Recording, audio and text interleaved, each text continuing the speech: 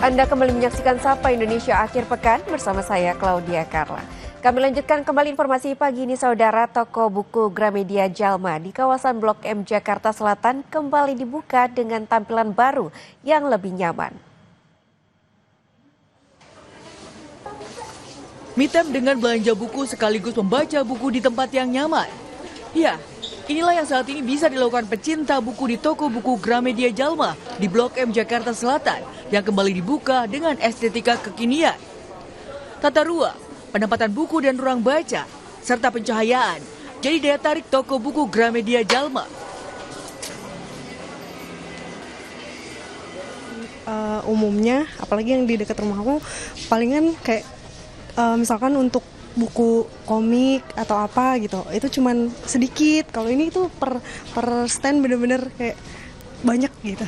Uangnya sih, ada tata ruang sama penempatan buku-bukunya, jadi kayak di tengah orang baca buku ada tempat buat duduk, buat baca, itu menurut saya enak sih, sama pencahayaannya bagus. Bisnis Development Gramedia Adista bilang, toko buku Gramedia Jalma yang kembali dibuka pada 12 Juni 2025 setelah direnovasi, didesain dengan memberikan kenyamanan untuk pecinta buku maupun orang yang baru mulai ingin membaca buku. Secara ruang itu dibuat supaya lebih inviting dan juga lebih membuat orang tuh mau berlama-lama dan mau kembali lagi gitu ya. Mungkin dilihat dari secara lighting pun dibikin lebih warm, terus juga banyak aksen-aksen yang memakai kayu, dan juga secara ceiling itu kita expose gitu.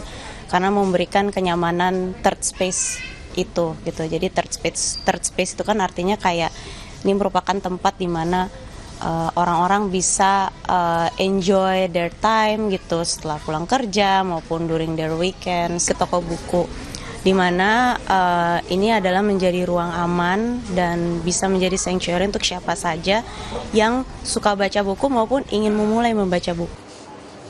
Selain belanja dan membaca buku, di toko buku Gramedia Jalma, pengunjung juga bisa berdiskusi soal buku yang dibaca dan dicari dengan advisor di Gramedia Jalma.